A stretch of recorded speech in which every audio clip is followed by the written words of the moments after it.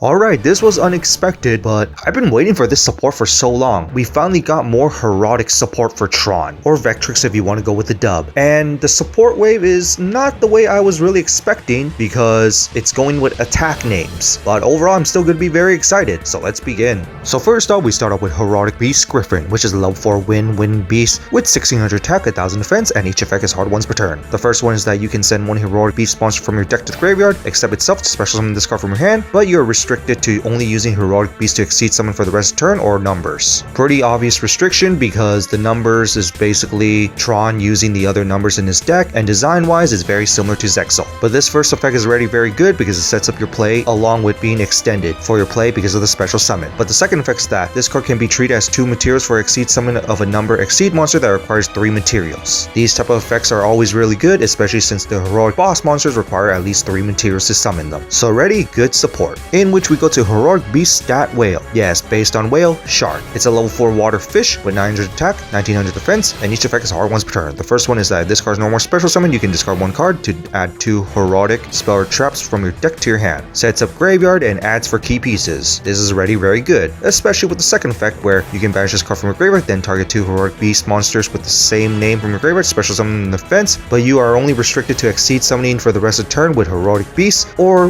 with numbers. So basically sets up your plays and also has some recovery. And funny thing is, the previous card can actually Foolish Burial this to the graveyard so you can actually activate the second effect if you got your graveyard set up. So overall, a cool new addition as well. And now we go to number 69, God Medallion, Coat of Arms, God Shatter, which is the attack name, or Heraldry Crest, Shadow Stream if you want to go with the dub. But I'm going to stick with Coat of Arms because that's what I got used to. But anyway, it's a rank 4 light psychic exceed monster with 2800 attack, 1600 defense, requires 4 level 4s. You're not going to do that because you can also exceed summon this card by using 1 regular number 69 Coat of Arms and transfer its materials to this. And into the actual effect, which is a hard once per turn, when a monster effect is activated on your opponent's field or a monster declares an attack, quick effect, you can special summon 1 Coat of Arms God Rage or Heraldry Crest Dark Matter Demolition from your extra deck by using this card as material, then destroy that opponent's monster. Treat it as exceed summon as well and transfer the materials. If you guys don't remember, this form is basically the defensive form of Coat of Arms. Basically, Coat of Arms is very similar to Raw where it has multiple different variations of it from its attack forms. And in this case, this is the defensive form where it's going to go back to the offensive form after. And nice that going to the offensive form is a quick effect, which is also an added bonus. But in a way, it's a pseudo negate, but more so it's a target miss negate and then destroy, and then you go to its offensive form. Cool little concept here, but of course still relies on regular 69 first.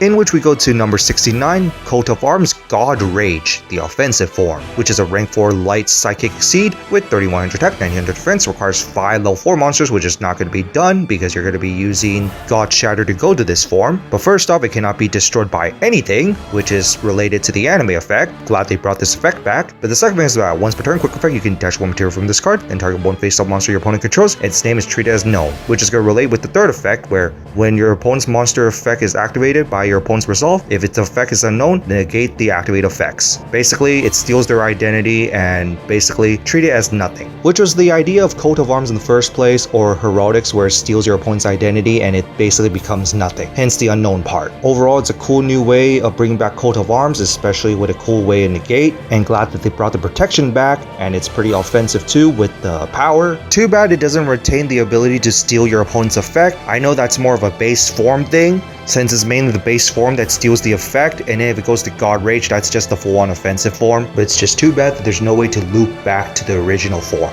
like it was Raw. But overall, still very cool, and especially I'm glad that they gave Heraldics more support, especially this type of idea that I was not expecting. And then finally to the last card, which is a spell, Heraldry Flash, or Medallion Flash if you're going by the OCG. Basically the attack name for number 8. It's a quick play, and you can only activate the second effect hard once per turn, but the first effect is that you can target any number of face-up monsters your opponent controls, and their names are treated as unknown. Basically, once again, it's the Heraldic playstyle of basically stealing your opponent's identity. And being treated as unknown basically makes their effects as negated, especially with the God Rage Coat of Arms. But the second effect is that during the end phase, if this card is in your graveyard and you control a psychic exceed monster, you can set this card but banish it when it leaves the field. Basically, it just lets you reset once again so you can perform more stealing identities. In a way, replicating Coat of Arms anime effect where it just mass negates your opponent's board.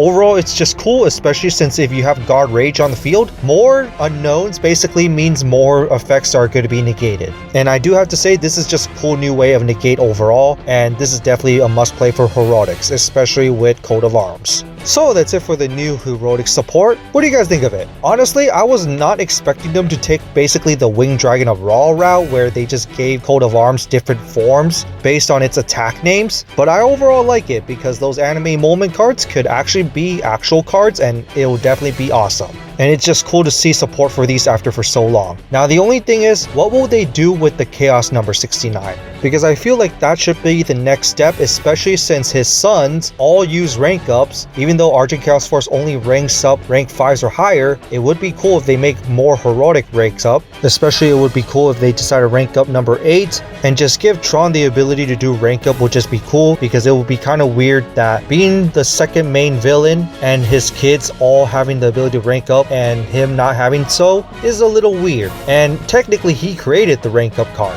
at least the power of the crest, so it would just be cool if they actually give him the ability to rank up as well. But on that, that's it for this, and see you all next time.